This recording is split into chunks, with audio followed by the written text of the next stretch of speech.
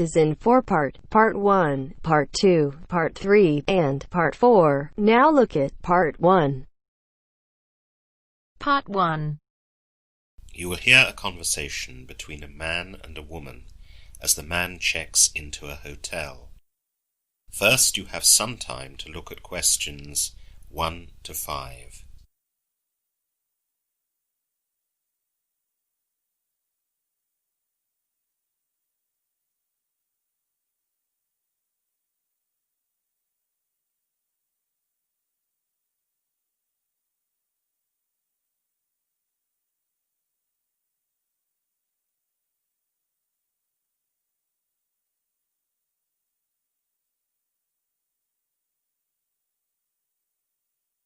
Good morning, sir.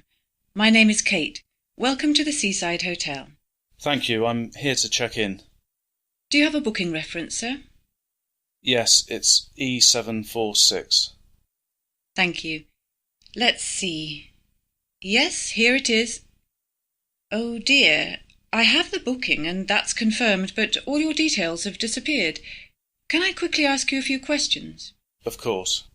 Could you give me your full name, please? It's George Hanson. Would you spell Hanson for me, please? It's Hanson. Thank you very much. Now, can you give me your postcode? GU38WE.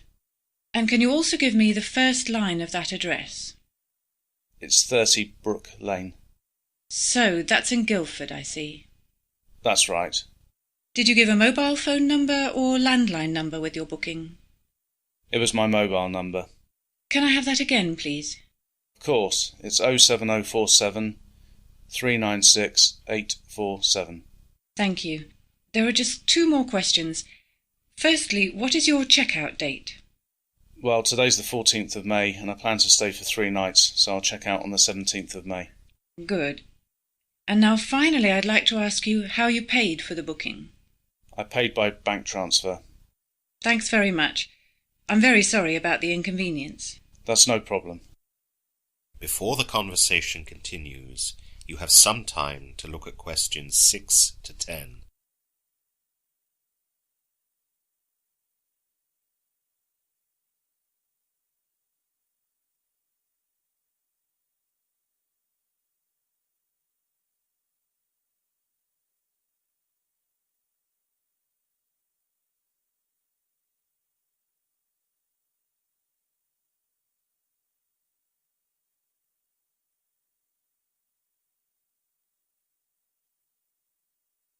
Now listen carefully and answer questions 6 to 10.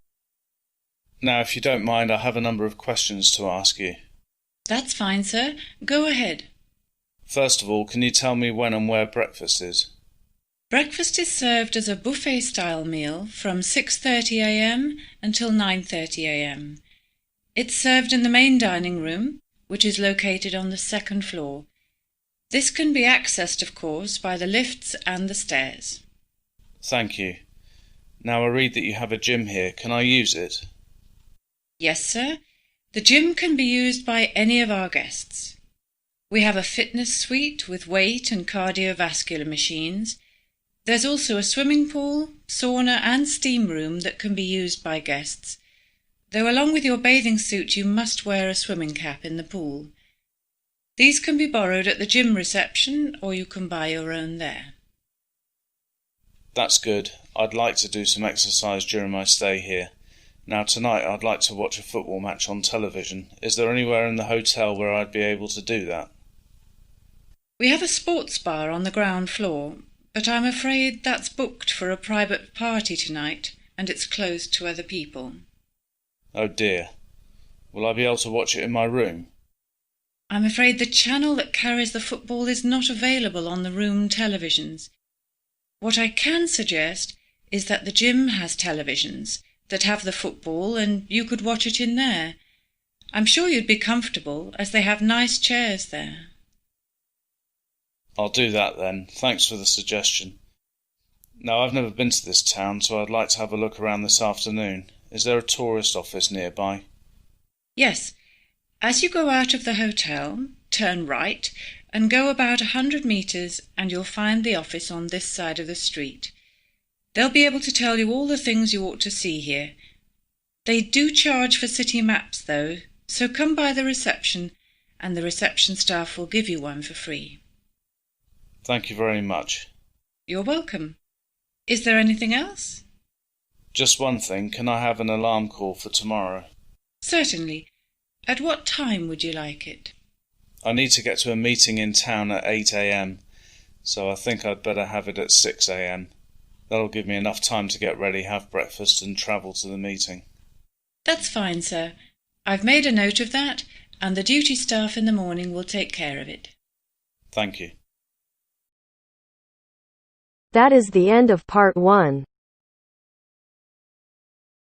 You now have half a minute to check your answers.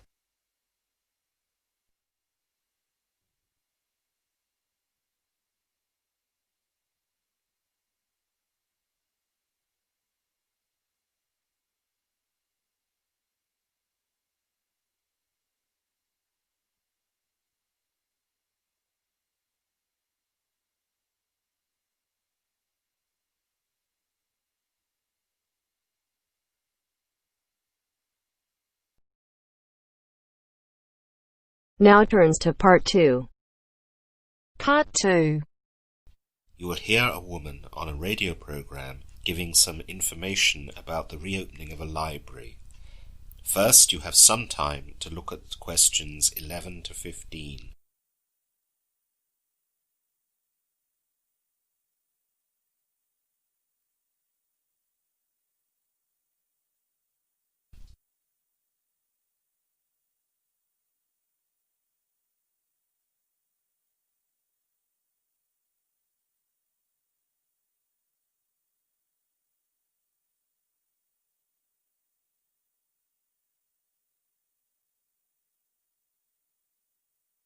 Now listen carefully to the radio program and answer questions 11 to 15.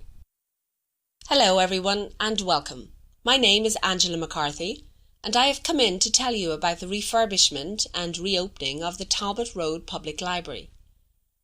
So let me tell you about what's new at the library.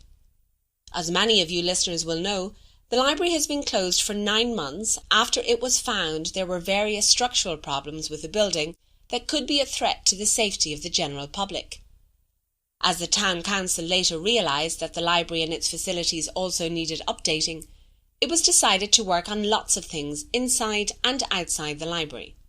It's hoped that this will increase the usage of the building. The first thing that was done was to excavate the foundations and ensure that the building was safe to enter.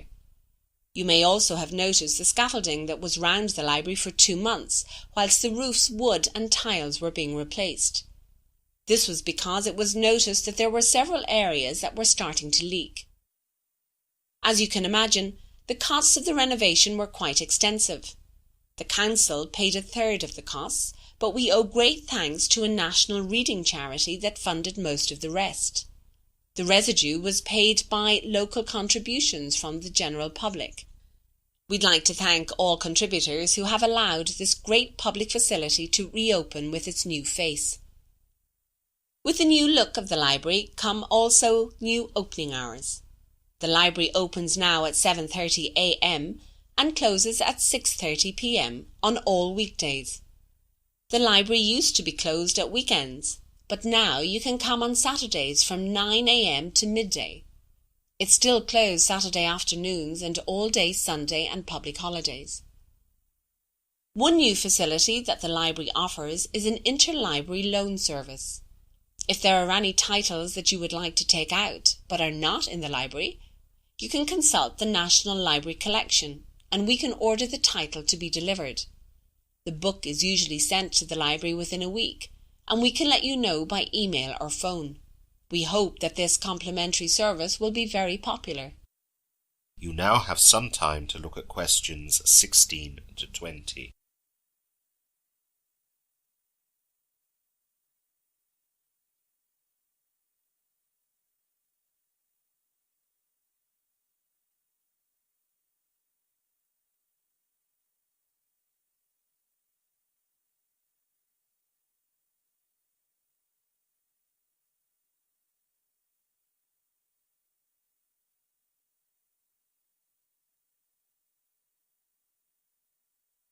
Now listen to the rest of the radio program and answer questions 16 to 20. So, let me tell you a little about the library's new layout. On a sign outside, just on the right of the main entrance door, you can find the list of opening times and emergency contact numbers. Then, as you enter the library, the old reception area on the right has changed and is now right in front of you as you enter.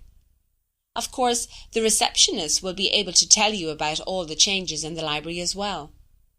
When you're standing at reception, on the right is the children's area. Here we have a range of book titles aimed at a variety of ages, with the books aimed at the youngest age being displayed just on the right of the main entrance as you come in. The books for older age ranges are then found as you move back through the bookshelves. We have expanded the children's range by 40% and also added an assortment of DVDs for young people, which are arranged in the far right-hand corner. On the left as you come in are all the books aimed at adults. We have a wide range of genres in books, magazines, DVDs and various other periodicals. In addition to the books, there is also a selection of computers that are available for any member of the public to use. These are all up against the wall, just to the left of the main entrance door. Computers are not allowed to be booked, but are available on a first-come, first-served basis. People can use computers for half an hour, but can stay on if no one else is waiting. One major advantage of the library's new look is that we have added bathrooms that are accessible by the general public. These are found on the back wall directly opposite the main entrance door. On either side of the toilets are small reading rooms that can be booked for private functions or for the book readings that we are planning to have. The small reading room on the children's side also has some comfortable chairs where children can sit and read their books. Finally, there is a study zone right over in the far left corner. This can be used by any student who needs a quiet place to study. We have created this area because there have been plenty of requests from university and school students who have said they do not have the opportunity to study properly at their homes. We have provided power sockets here and free Wi-Fi in order to help these students with their work. A selection of desks for people who want to do some work but who are not students is found up against the side wall on the right. There is Wi-Fi available here, but there are no power sockets, so bring your computer charged if you wish to use it. That is the end of part 2. You now have half a minute to check your answers.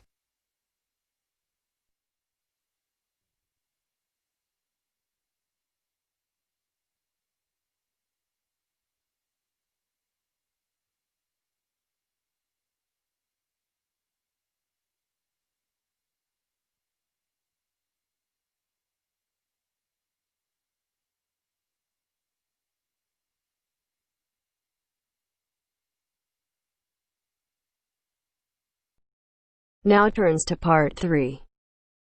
Part 3. Hear a student and her teacher discussing a presentation that the student has recently given.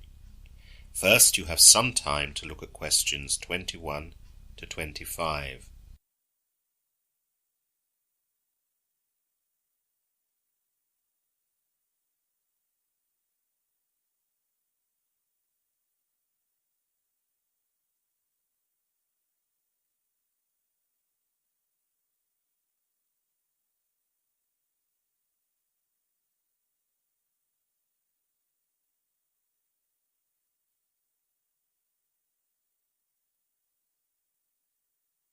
Now listen carefully and answer questions 21 to 25. Hello, Jane. Come in and sit down. Hello, Dr. Hart. Thank you. Now, we're here to discuss the presentation that you gave in my seminar earlier this week. That's right. So, the first thing is about your subject. You chose to talk about Levi Hill's contribution to the development of color photography. Why did you choose that subject? Well, I've always been interested in photography, and the intriguing story around Levi Hill seemed to fit in with the unit we're studying. Can you explain again the link between Hill's own invention and the invention in France of the daguerreotype? Of course, the daguerreotype was invented by Louis Daguerre in 1839, and it was the only known type of photographic process commonly used in the 1840s. Levi Hill was greatly interested in photography and learned about daguerreotypes in the early 1840s. Daguerre exposed a silver-copper plate to light, fuming it with mercury vapor, and then removed the sensitivity to light with a cocktail of chemicals. Hill was interested in what Daguerre did, but actually created a quite different process. So there isn't much similarity at all. Not really. I suppose they're often compared because Hill called his invention a hillotype, and this was based on how daguerreotype was derived from Daguerre's name. Why was there so much interest in the hillotype? Well, with daguerreotypes, only a black and white picture was achievable. Hill claimed that with his process, a color picture was possible. You say claimed. Was it not true? There was quite a lot of controversy about it. Hill was attacked, mostly by professional photographers, who lost business because they had clients who wanted color pictures. At first, Hill did not publicize his method, but eventually he revealed his secrets. The process eventually described, though, was very complex and difficult to make work, and people soon lost interest. Hill was not able to defend his process for long, as he died soon after publication, mainly because of his exposure to the harmful chemicals that he used in his experiments. What is the historical judgment? Some of Hill's original images have been analyzed, and although it's clear that some have been enhanced with artificial color, in many of the images it has been genuinely reproduced. You now have some time to look at questions 26 to 30.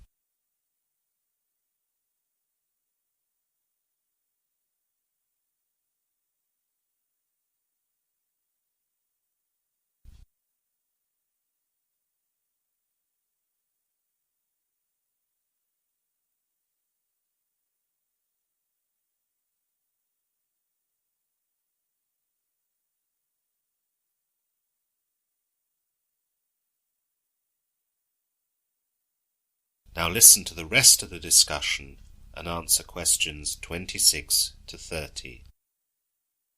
So, how did you find the presentation, Dr. Hill? I thought you did a good job.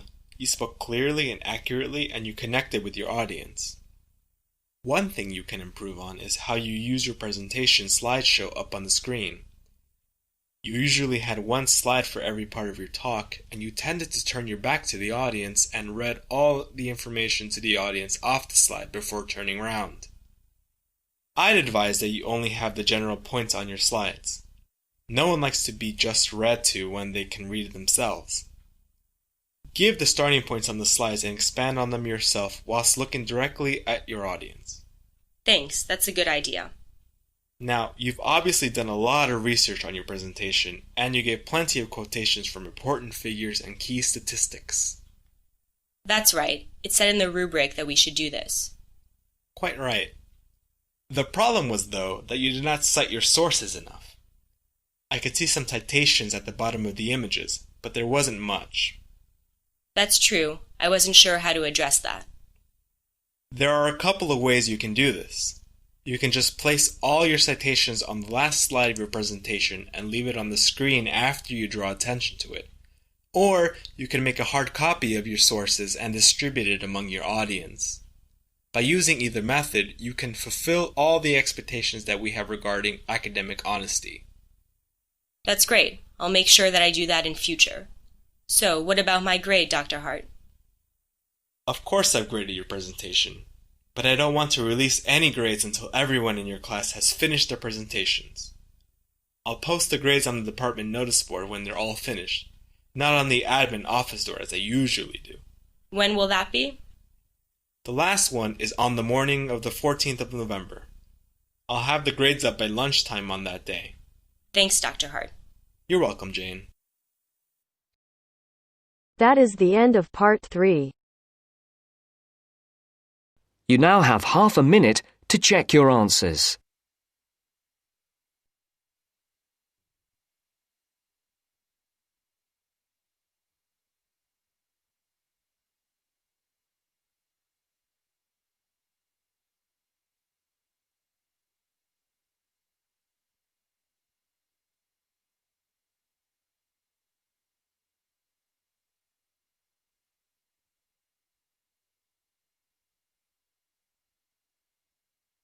Now turns to Part 4.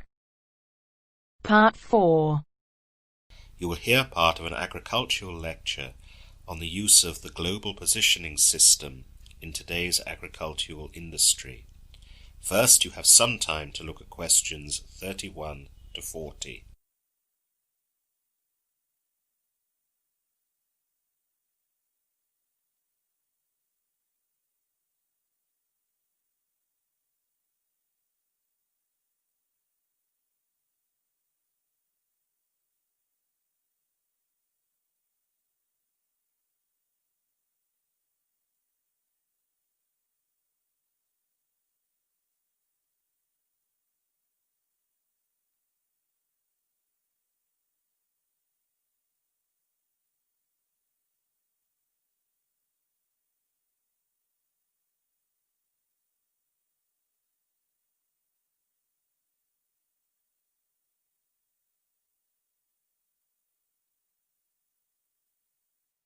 Now listen carefully and answer questions 31 to 40.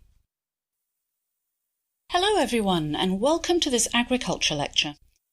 Today we're going to look at the increasingly important role of the global positioning system in our current agriculture industry. The development and implementation of precise agriculture or site-specific farming has been made possible by combining the global positioning system, known as GPS, and geographic information systems, known as GIS. These technologies have enabled the coupling of real-time data with accurate position information and have led to the efficient manipulation and analysis of large amounts of geospatial data. GPS-based applications in precision farming are being used for farm planning, field mapping, soil sampling, tractor guidance, crop scouting, variable rate applications, and yield mapping. GPS also allows farmers to work during low visibility conditions such as rain, dust, fog, and darkness. In the past, it was difficult for farmers to correlate production techniques and crop yields with land variability. This limited their ability to develop the most effective soil or plant treatment strategies that could have enhanced their production. Today, more precise application of pesticides, herbicides, and fertilizers, as well as better control of the dispersion of these chemicals, is possible through precision agriculture. This results in a reduction of expenses, producing higher yields, and creating a farm that is more environmentally friendly. Precision agriculture is now changing the way farmers and agribusinesses view the land from which they reap their profits. Precision agriculture is about collecting timely geospatial information on soil, plant, animal requirements and prescribing and applying site-specific treatments to increase agricultural production and protect the environment. Where farmers may have once treated their fields uniformly, they are now seeing benefits from micromanaging their fields. Precision agriculture is gaining in popularity, largely due to the introduction of tools into the agricultural community that are more accurate, cost-effective, and user-friendly. Many of the new innovations rely on the integration of onboard computers, data collection sensors, and GPS time and position reference systems. Many believe that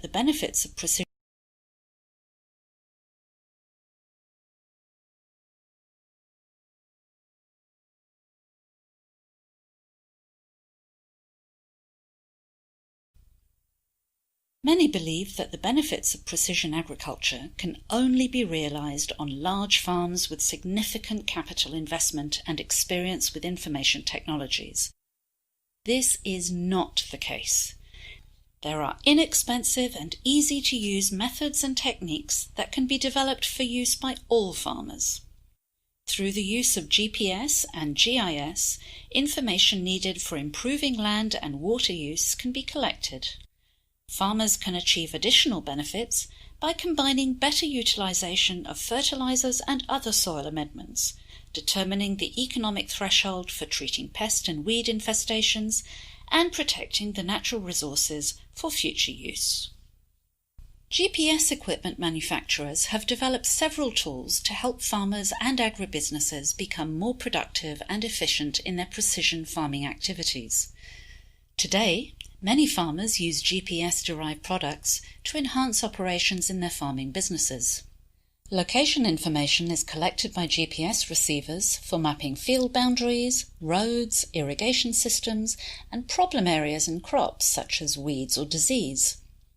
In addition, the accuracy of GPS allows farmers to know precise acreage for field areas, road locations, and distances between points of interest, and it allows the farmers to create farm maps with all this information. GPS allows farmers to accurately navigate to specific locations in the field, year after year, to collect soil samples or monitor crop conditions. Farmers and agriculture service providers can expect even further improvements as GPS continues to experience modernization. In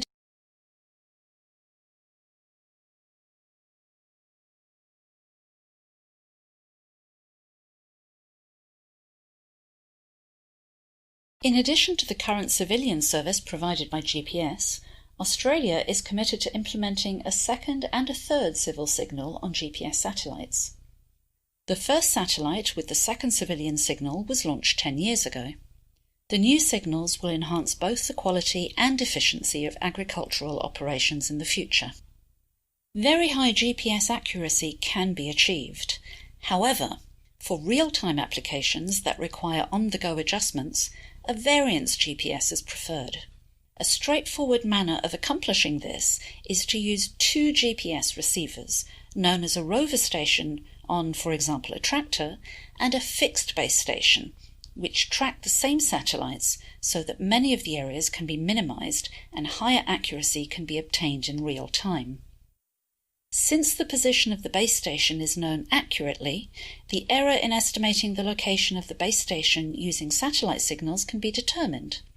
This differential correction can be communicated to the field GPS receiver in the rover by a radio link, and this information can be used to increase its accuracy. The deployment of two GPS receivers for agricultural applications could, however, be expensive in many instances. An alternative to reduce the cost without degrading the positional accuracy is to use one of the available correction services. If the GPS users obtain one of these available services, only one receiver can be used as a rover and no base receiver would be required. That is the end of part 4. You now have half a minute to check your answers.